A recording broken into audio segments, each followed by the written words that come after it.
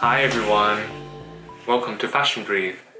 This is my first video in the inspiration category because last week I went to a fashion exhibition in Munich in Kunsthalle. I was really inspired by the exhibition. It's called Couturisme by Thierry Mugler. It's a French designer who was really active in 80s and 90s. It's definitely a really amazing visual feast, and I hope you will like it.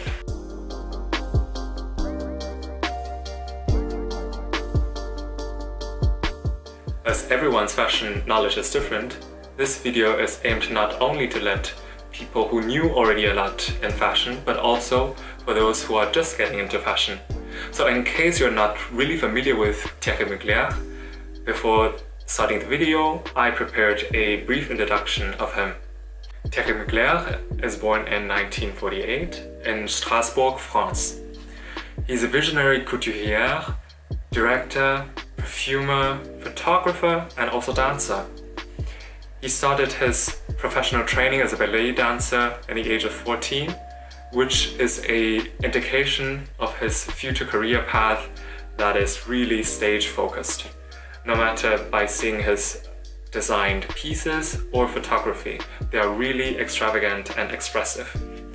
So in 1973, he launched his very first collection called Café de Paris, and the style is very sophisticated and urban. Speaking of his style, Mugler's characteristic style draws heavily on iconography of sexual fetishism. He used a lot of synthetic textile instead of real fur or genuine leather. I think he's a prophet of futurism in fashion in the 80s. His style is really glamorous, futuristic, and the combination of pop and high fashion. He's definitely one of the designers who pushed the boundaries at that time. Well, by describing the style, it's really hard to imagine and feel the power of the design piece. So let's head straight to the exhibition. Mugler once said, "In my work, I've always tried to make people look stronger than they really are." This section Mugler depicts the relationship between humans and machines. Plenty of pieces were collaboration with artists in different specialities, for instance, aircraft specialist or industrial designer. Mugler was inspired by science fiction and comic book heroines just as much as by medieval armor and uniforms, and by industrial design and futuristic vehicles. As Mugler was trained as a ballet dancer, the experience affected his design on specific themes, casting, lighting, and of course music. He insisted that his pieces must be shown in a musical or theatrical scene. His fashion shows were just like spectacles. And now you might feel some of Mugler's pieces are familiar because some of them were worn by famous singers, actors, and actresses. The title of this solely black and white room refers to a classic film, Belle de Jour. It depicts a woman in an unfulfilling marriage who dares to freely pursue her sexual desires with other men.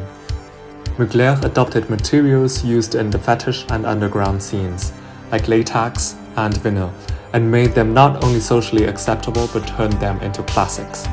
Many designs emphasized the tension between contrasting combinations. And in 1990, Mugler launched the famous perfume Angel and afterwards Alien with Clarins Group.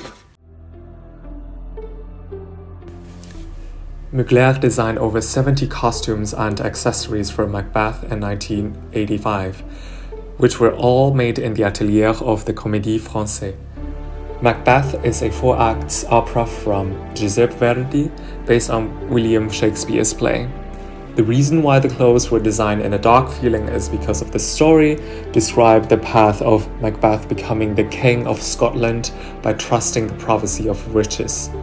By committing too much crime, Macbeth was killed, and Lady Macbeth died by suffering from guilt.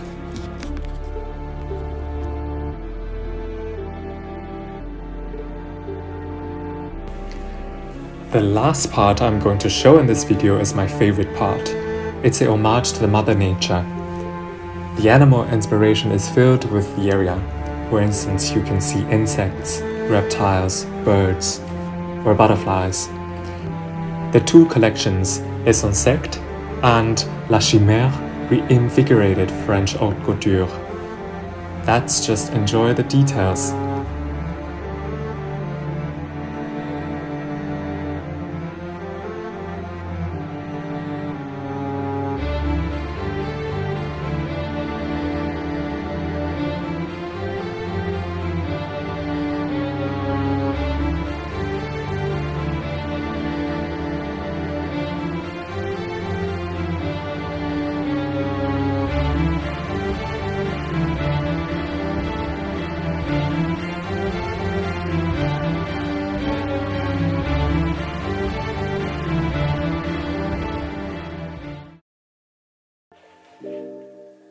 So the exhibition is actually separated into 8 sections to demonstrate the multifacet of his journey, including photographers and artists he collaborated with.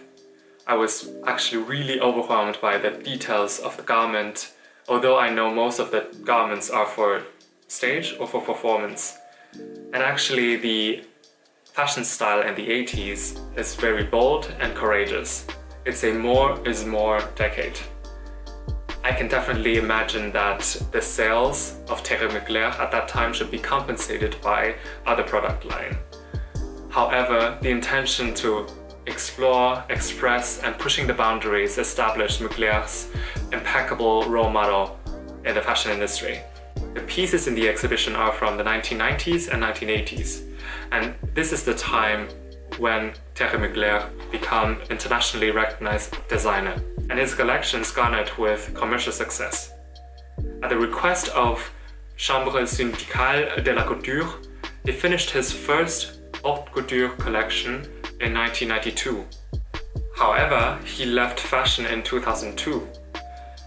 Here is one of his quotes. "Fashion is beautiful, 3D art on a human being. But it wasn't enough, which is why I went on to create in other ways. For me, it wasn't the right tool anymore, but perfume still interests me." After selling his company in 2001, Mugler didn't stop his way of searching the next beauty. And he even came back with another name called Manfred Terry Mugler, and he focused more on fitness. And so the recent design of Mugler is called Casey Cowletter, following the tradition, Casey paying homage to Terry Mugler by shapes, tailors, and focusing on empowering women to make the woman sexy and also confident.